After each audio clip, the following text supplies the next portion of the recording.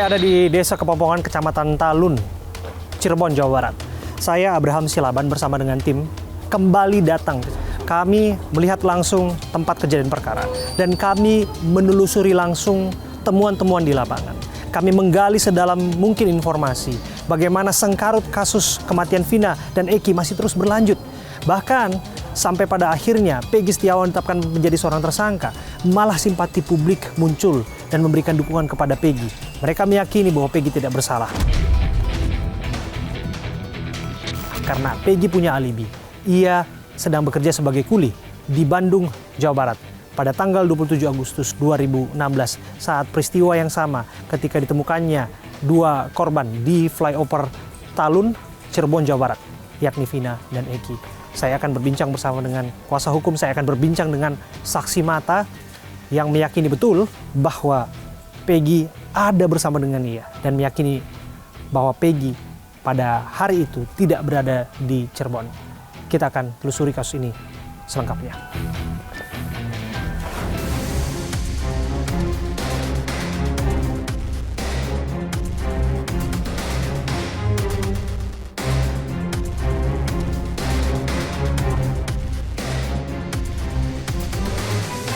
Sobat, perkara pembunuhan dan pemerkosaan terhadap Vina, pembunuhan Eki semakin pelik setelah ditetapkan tersangka Peggy Setiawan. Namun bukan hanya dirinya yang melakukan penolakan, perlawanan, tapi bagian persahabatan, pertemanan dari Peggy Setiawan juga ikut kemudian untuk memberikan dukungan dan memastikan, membawa bukti-bukti bahwa Peggy Setiawan tidak bersalah dalam kasus kematian Vina dan Eki. Saya bersama dengan Mas Ibnu, Mas Suparman, dan juga Ibu Sugianti yang merupakan kuasa hukum Peggy Setiawan tepatnya. Saya ke Mas Ibnu dulu ya. Iya. Jadi Mas Ibnu ini adalah temannya Mas Peggy. Masih saudara sih. Saudara? Iya, sepupu. Oh, sepupu. Iya, kerjanya bareng. Kenek sama kenek, kuli bangunan. Kuli bangunan. Iya. Terus pada saat itu di Bedeng tuh ya, saya tuh sama Peggy, Robi, sama Ibnu ya. Peggy, Robi, Ibnu, terus Mas Suparman, Mas Bondol. Nah, Mas Bondol malam 27 Agustus ya pulang. Saya anter Ibnu, Peggy, Robi, menganter orang tiga tuh. Ibnu, Peggy, Robi menganter si Bondol. Terus dari Bedeng sampai menuju Jalan Raya. Okay. Jalan Raya, Bondolnya nungguin angkot, nganter sampai nunggu angkot. Pas Bondol naik angkot, saya pulang lagi Bersama dengan Peggy? Iya, bersama dengan Peggy. Ke Bedeng? Ke Bedeng, makan. Itu tanggal 27 Agustus? Iya, malamnya itu, tidur bareng di situ. Oke, dan disitulah yang disebutkan Bondol sempat pulang dan kemudian disebutkan dia melihat ada insiden kecelakaan itu? Iya. Oke. Apa yang menjadi bukti malam itu Mas Ibnu bersama-sama dengan Peggy? Karena Peggy ada di situ, Pak, di Bandung. Selain bahwa memang ada kontrak kerja ya untuk bangunan ya, konstruksi waktu itu, ada nggak bukti, ada nggak yang menguatkan bahwa betul Peggy ada di Bandung bersama-sama dengan Anda? Selain bahwa ini bisa kemudian orang mengatakan bias, karena Anda kan saudaranya. Bisa betul, jadi karena saudara sepupunya membela saudaranya sendiri. Betul, gitu loh. Ada di Bandung tidur sama saya, Parman, Peggy, Robi, adiknya. Si Robi itu adiknya Peggy. Orang 4, saya, Parman, Peggy, Robi. Nah, si Bondol itu malam 27 Agustus itu pulang. Pulang. Akhirnya Peggy pulang ke Cirebon kapan? Ya setahu saya sih inget nih ya, Desember. Desember? Akhir Desember. Jadi selama Agustus sampai Desember itu nggak pernah pulang ke Cirebon? Nggak pernah pulang. Setahu saya itu. Jadi kontrak untuk kuli bangunannya berapa lama sebetulnya, Mas? Kontraknya? Iya. Kontrak bangunnya? Ya 5 bulan sih. 5 bulan? Harian sih kayaknya. Harian hitungannya kan, tapi 5 bulan tinggal di Bedeng, bangun terus ya? Saya sih harian, iya. Sama dengan Peggy juga kan? Sama. Oke, jadi bisa dipastikan Anda dari Agustus sampai Desember bisa pastikan bahwa Peggy nggak pulang ke Cirebon. Anda juga sana, sampai Desember ada di sana? Ada di sana. Desember itu bangunannya kelar. Anda ada di situ juga? Ada, Pak. Sebagai kuli bangunan juga? Iya, Pak. Malamnya masih sempat lihat, saya bangun tidur jam sekitar 12-an, masih ada tidur ya. Terus paginya kerja bareng, ada pagi pas Bondol pulang tuh Pak. Ada bareng sama kita.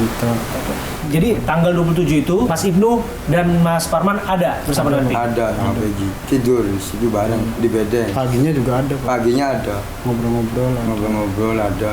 Terus kerja lagi. Iya ada. Ada. Sebetulnya sosok Peggy ini pribadinya seperti apa sih Mas Parman? Ya baik sih. Baik. Kalau kerja ya nggak mau ngapain, pulang istirahat, main sebentar atau saya. Oke. Baik sama ya, itu orangnya tuh paling main sebentar terus pulang lagi. Itu jadi si Peggy itu tulang punggung bagi orang tuanya. Soalnya bapaknya jarang ngasih uang ke ibunya, ke mamanya Peggy-nya tuh. Jadi yang ngasih uang tuh Peggy terus, yang jadi tulang punggung orang tuanya tuh Pak. Oke. Nah terus bapaknya kawin lagi lah. Dibilang bukan kayaknya, ini pasti kawin lagi. Setahu saya.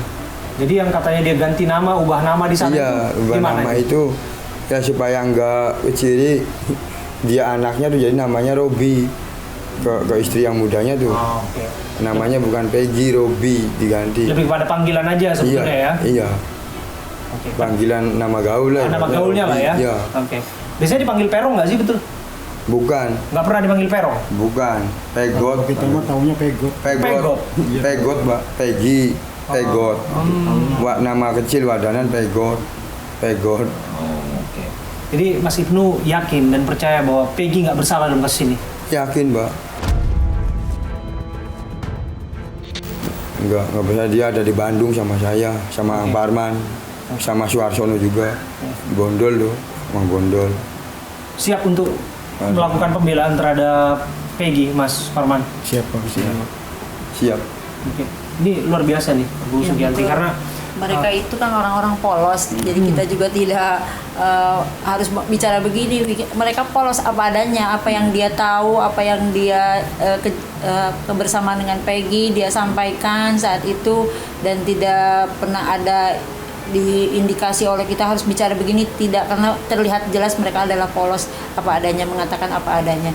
Saya yakin memang Peggy saat itu tidak berada di Cirebon, dan itu pun saya juga tahu pada saat 2016 setelah 2 hari kejadian itu terjadi penggeledahan ke rumah ibunya Peggy, dan ibunya Peggy kaget langsung lari ke sini mengatakan bahwa rumahnya digeledah. Saya tanya digeledah karena apa, polisi bilang katanya Peggy punya hutang sama dia. Satu polisinya lagi bilang Peggy membunuh siapa? Ya itu yang terjadi kejadian di flyover itu, Bu. Katanya Peggy adalah pembunuhnya Pina dan Eki.